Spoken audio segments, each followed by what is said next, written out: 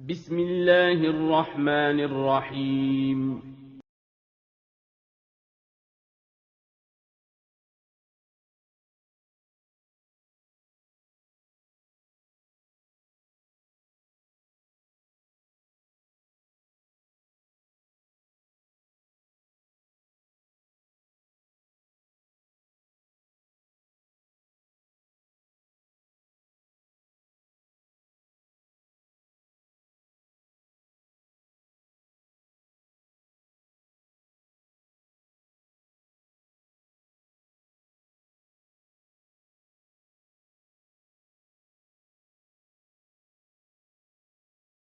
Bismillahirrahmanirrahim. Assalamualaikum warahmatullahi wabarakatuh. Alhamdulillah wassalatu wassalamu ala Rasulillah wala haula wala quwata illa billah.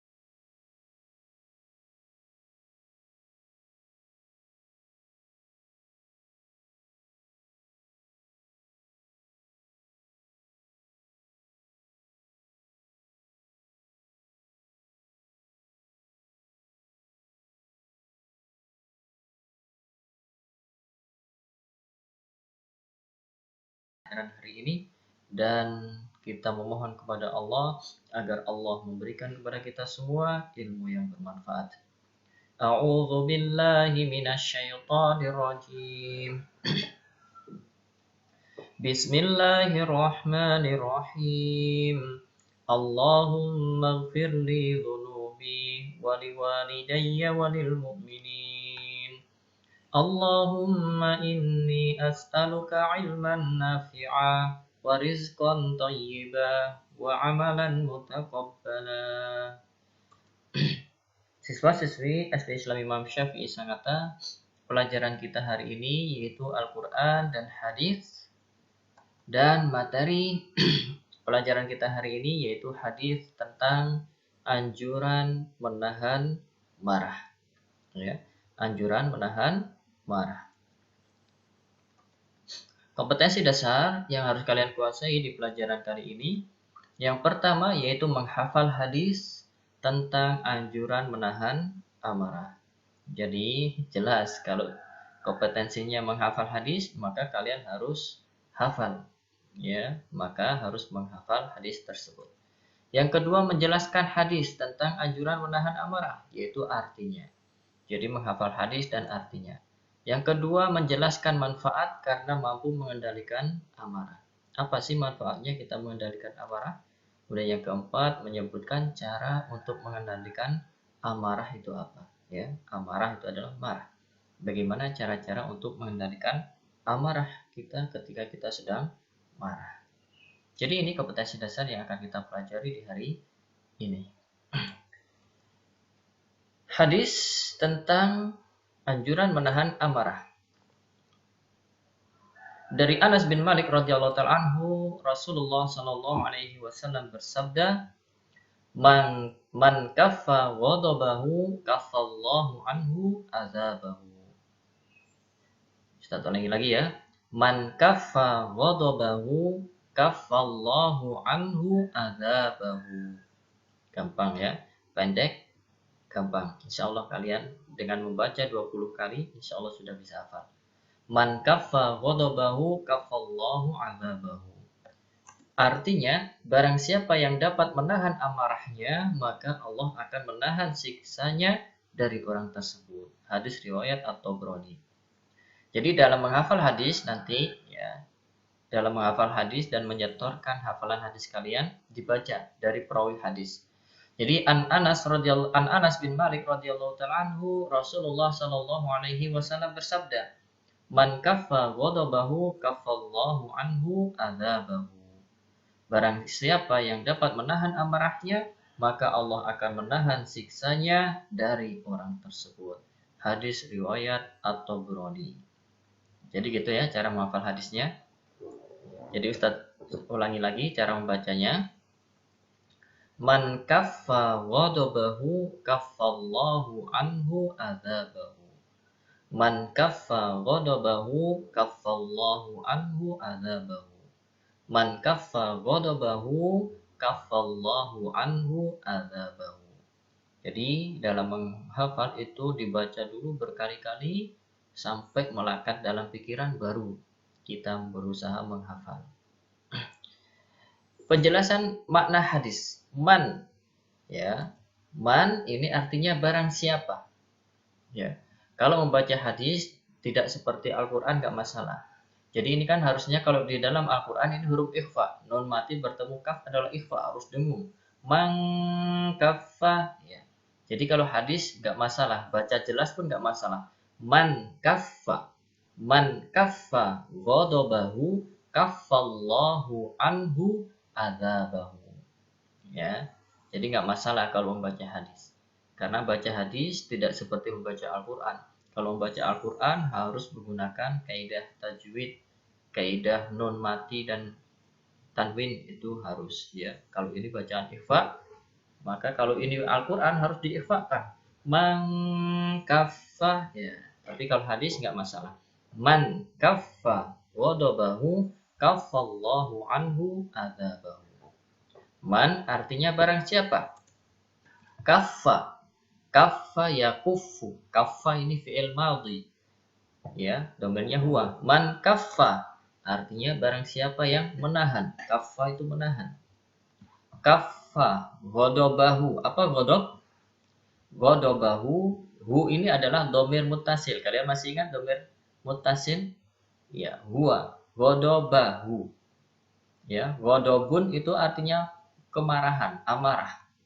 Ya, jadi amarahnya.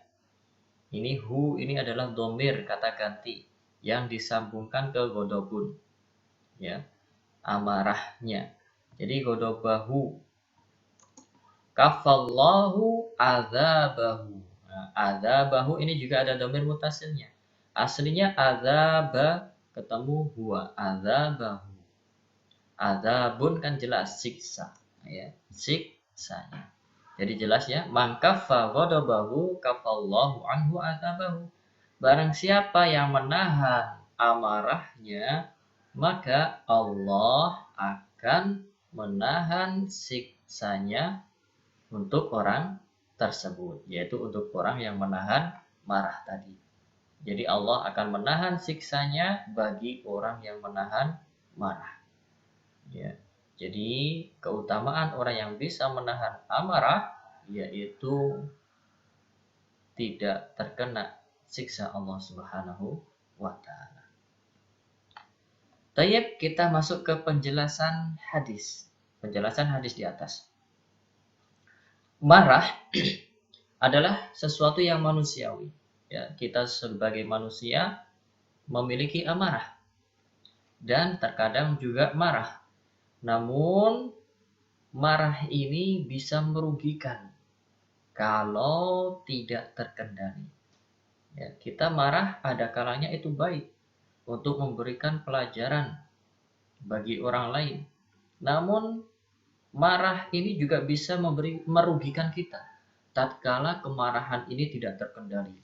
Ya, marah yang tidak terkendali itu sampai keluar ucapan-ucapan jelek, ucapan-ucapan kotor, sampai keluar apa istilahnya, yaitu doa-doa yang jelek, ya, atau doa-doa yang kotor. Nah, ini atau lebih parah lagi kalau kemarahannya itu sampai banting barang. Nah, banting barang. Atau lebih parah lagi kalau kemarahannya ini sampai memukul orang yang dimarahi. Wah, ini lebih parah lagi. Ya. Jadi sekali lagi, marah adalah sesuatu yang manusiawi. Akan tetapi sangat merugikan apabila marah menjadi tidak terkendali. Maka dari itu kita harus bisa mengendalikan amarah kita. Dan mengendalikan amarah tentunya tidak gampang. Ya, harus sabar benar-benar. Ya. Harus sabar, kemudian harus bisa menahan ucapan, harus bisa menahan perbuatan supaya tidak menimbulkan perbuatan-perbuatan yang merugikan. Makanya keutamaan orang yang bisa menjaga amarah, mengendalikan amarah itu sangat besar. Ya. Jadi kemarahan ini juga merupakan bara api yang dilemparkan setan ke dalam lubuk hati manusia. Makanya kalau ada orang yang marah, itu pasti matanya merah. Ya. Matanya merah. Kenapa merah? Ya karena marah itu adalah bara api yang dilemparkan ke dalam hati, manusia. Sehingga ketika hati ini marah, membara, nampak di matanya, memerah. Ya. Jadi indikator hati itu mata. Ya. Dan biasanya urat lehernya itu juga menegang, besar di sini urat lehernya. Ya, itu tanda orang marah. Urat lehernya memerah, menegang, matanya merah. Biasanya orang yang marah biasanya menyesal atas perbuatan yang telah dia lakukan sesudah marah itu hilang. Jadi kalau ada orang yang marah kemudian banting piring, maka ketika marahnya hilang dia akan menyesal. Waduh, piringnya nggak ada. Kenapa? Karena sudah dibanting. Akhirnya makannya pakai kertas makan karena punya piringnya dibanting. Atau misalnya ya lagi marah-marah dibanting sepedanya sampai rusak. Setelah marahnya hilang akhirnya menyesal. Kenapa? Karena sepedanya rusak, nggak bisa dipakai lagi. Nggak punya sepeda akhirnya. Jadi menyesal. Jadi orang yang marah biasanya itu menyesal atas perbuatan yang telah dia lakukan sesudah marah itu hilang. Ya, maka dari itu kita harus bisa mengendalikan amarah kita supaya tidak menyesal setelah marah. Dan hadis di atas itu menerangkan tentang keutamaan orang yang mampu menahan diri dari meluapkan marah. Masih ingat hadisnya? Gimana bunyinya? Man kaffa ghadabahu kaffallahu anhu azabahu. Ya. Barang siapa yang bisa menahan amarahnya, maka Allah akan menahan siksanya bagi orang tersebut. Ya. Jadi hadis ini menerangkan keutamaan orang yang mampu menahan diri dari meluapkan amarah. Allah juga akan memberikan balasan berupa menahan siksa kepadanya. Kenapa? Karena mampu menahan amarah. Masya Allah. Allah tahan siksanya. Karena orang tersebut mampu menahan amarah. Karena kalau sudah marah itu biasanya tak terkendali. Ya. Coba kalian ingat-ingat waktu kalian kelas 1. Ketika marah-marah, ada yang mencakar wajah temannya, ya kan? Ada yang menyembunyikan sepatu temannya. Ayo, masih ingat gak? Marah-marah, berantem, dicakar muka temannya. Ya. Ada juga yang marah-marah dirobek-robek bukunya, Masya Allah. Ada juga yang marahnya itu gak berani sama orangnya, akhirnya sandalnya, sepatunya yang disembunyikan, Masya Allah. Akhirnya menyesal setelah marahnya hilang, menyesal. Ya, menyesal kenapa tadi saya seperti ini, akhirnya dipanggil kepala sekolah, ya, seperti itu. Ya, menyesal kan?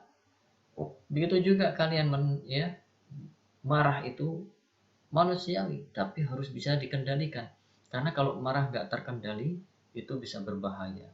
Ya, bisa berbahaya.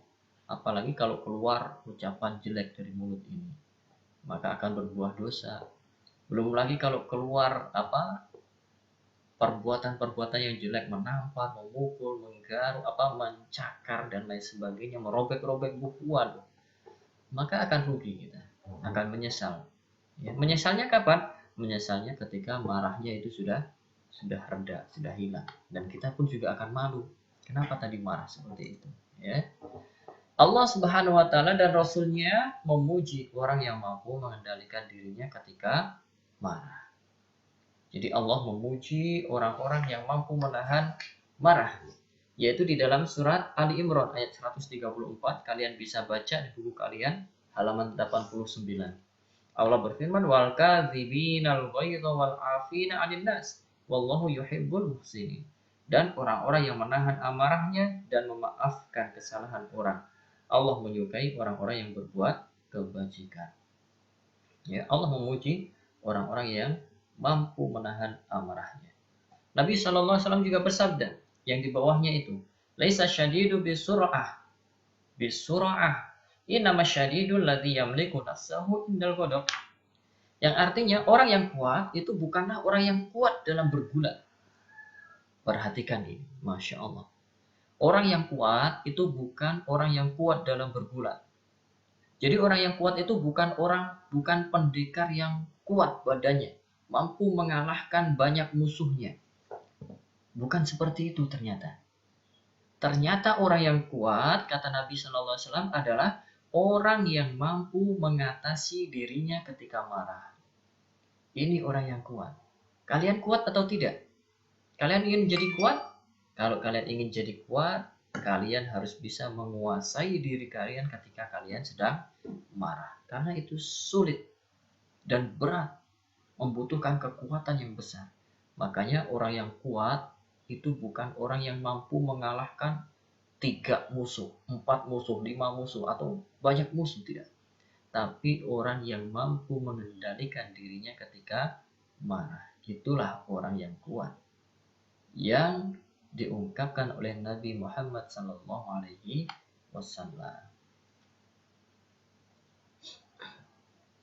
Kemudian kita masuk bab selanjutnya, yaitu cara mengendalikan amarah. Ya, jadi bagaimana cara mengendalikan amarah? Ya, karena mengendalikan amarah itu pahalanya juga sangat besar.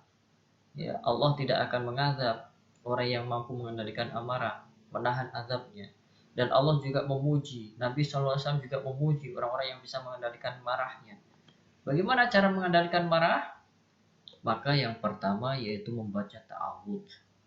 Jadi ketika kita ini tidak marah, sudah panas di hati ini, hendaknya segera membaca ta'awudz. Ya, karena ketika marah, setan itu melempar bara ke dalam hati, sehingga hati ini panas duluan.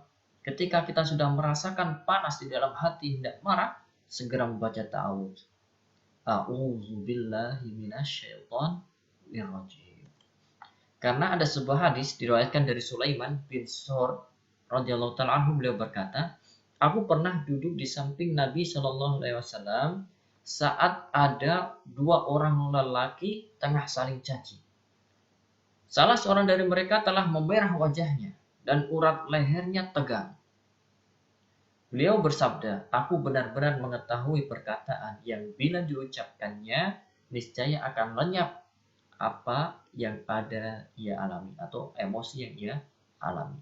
Andai ia mengatakan a'udzubillahi minasyaitonirrajim, pastilah akan lenyap emosi yang ada padanya. Hadis diriwayatkan oleh Imam Bukhari dan Imam Muslim. Jadi dulu ada sahabat yang duduk di samping Nabi Shallallahu Alaihi Wasallam. Kemudian ada 2 orang yang sedang bertengkar, saling caci. Kamu ini, kamu ini, kamu ini. Nah, saling mencaci. Sehingga marah salah seorang dari mereka. Wajahnya merah, urat lehernya ini tegang. Nah, berarti ini sudah marah. Maka Nabi SAW bersabda, ya, memberikan solusi. Aku benar-benar mengetahui, ya, sebuah ucapan apabila diucapkan akan hilang emosinya, yaitu ta'awudz. A'udzubillahi minasyaitonirrajim. Jadi jika kalian sudah panas hati kalian, baik itu disebabkan ucapan orang lain atau perbuatan orang lain, maka segeralah ta'awudz. Berlindung kepada Allah dari godaan syaitan yang terkutuk. Karena marah itu adalah bara api yang dilemparkan oleh syaitan ke dalam hati. Cara mengatasinya yaitu dengan berlindung kepada Allah Subhanahu wa Ta'ala. Ini yang pertama. Yang kedua, menahan diri dengan diam. Ketika kalian sudah ta'awudz, kemudian masih marah, hati masih panas, maka diam. Tahan mulut kalian dari berucap. Diam. Ya, menahan mulut dari berucap. Karena kalau mulut ini sudah berucap, wah, itu nanti akan kemana-mana itu. Ya, kalau ada orang yang mencaci, kalian marah, kemudian kalian balas caci, wah, akhirnya nggak berhenti. Mencaci lagi, mencaci lagi, mencaci lagi, mencaci lagi, sampai bertengkar, pukul-pukulan, dan terus. Ya, sampai bahkan terjadi bunuh-bunuhan. Berawal dari apa? Berawal dari mulut. Makanya ketika sudah baca ta'awudz, kalian masih panas hatinya, maka jaga mulut. Diam, kunci dengan rapat mulut ini. Jangan berkata sepatah kata pun. Diam. Hal ini berdasarkan perintah Nabi SAW. Dari Ibnu Abbas radhiyallahu ta'ala anhu, Nabi SAW bersabda, idza ghadiba ahadukum falyaskut. Apabila barang siapa marah, hendaknya diam dulu. hendaknya diam dulu. Karena kalau mulut ini sudah terbuka, keluar ucapan dari situ, wah, marah ini semakin meledak-ledak. Jadi tahan dulu. Kalau sudah tenang hatinya, baru silakan berkata-kata yang baik. Ya. Kemudian yang ketiga, di antara cara untuk mengendalikan marah, yang ketiga ini merubah posisi. Jadi setelah ta'awud masih panas hatinya. Setelah menahan diam, ternyata masih panas. Merubah posisi, ya, rubah posisi. Kalau kita dalam keadaan berdiri, maka duduk. Kalau kita dalam keadaan duduk masih marah, gunakan untuk berbaring. Ya, ini bisa mengendalikan amarah. Nabi Shallallahu Alaihi Wasallam bersabda, "Idza ghadiba ahadukum wa huwa qa'imun falyajlis, fa idza dhahaba anhu al-ghadabu wa illa falyabtajib." Jika salah seorang dari kalian marah saat berdiri, hendaknya dia duduk. Kalau belum pergi amarahnya, hendaknya dia berbaring. Hadis riwayat Abu Dawud. Jadi ini cara untuk mengatasi marah. Jadi kejelekan itu jangan dibalas dengan kejelekan. Kejelekan kita balas dengan kebaikan.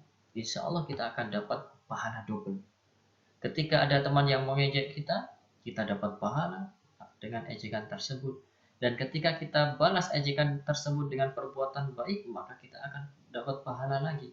Pahalanya double, ya kan? Itu lebih baik. Tapi kalau kita diejek teman, kemudian kita ejek kembali, wah, kita nggak dapat pahala, malah mendapatkan dosa. Terlebih lagi nanti kalau sudah berantem, ya, cakar-cakaran, dimarahi orang tua, dimarahi juga orang tuanya, kita nggak punya teman, ya, teman itu nggak mau bermain sama kita. Kenapa? Karena marah-marahan dan lain sebagainya. Jadi jelek dampak dari marah. Kemudian yang keempat, ya, yaitu mengingat pahala orang yang bisa menahan amarah. Kita ingat, orang yang bisa menahan amarah itu pahalanya besar di sisi Allah Subhanahu wa taala. Allah akan memasukkan dia ke dalam surga. Kan kita sering dengar hadisnya, la taghdab walakal jannah. Janganlah kamu marah, maka bagimu surga.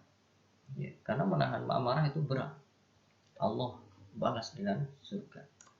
Yang kelima, mengingat pahala bagi orang yang mau memaafkan kesalahan orang. Nah, ini pahalanya juga besar.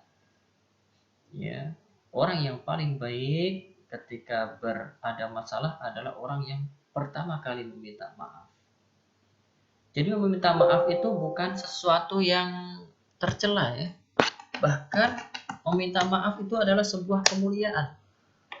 Makanya meskipun kita merasa tidak bersalah, lebih baik kita minta maaf dulu. Karena ada pahala di situ. Ya. Jadi jangan menunggu teman kita minta maaf dulu. Kalau bisa kita yang duluan minta maaf. Karena meminta maaf itu adalah sebuah kemuliaan dan ada pahala besar di situ.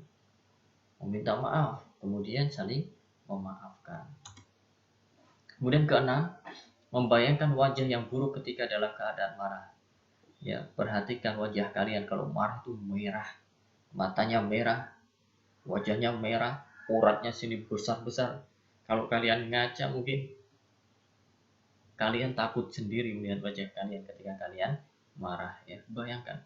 Jadi kalau marah, bolehlah ketika kalian marah langsung berdiri di depan kaca, lihat bagaimana buruknya wajah kalian ketika kalian marah. Mungkin kalian sendiri akan takut melihatnya, ya.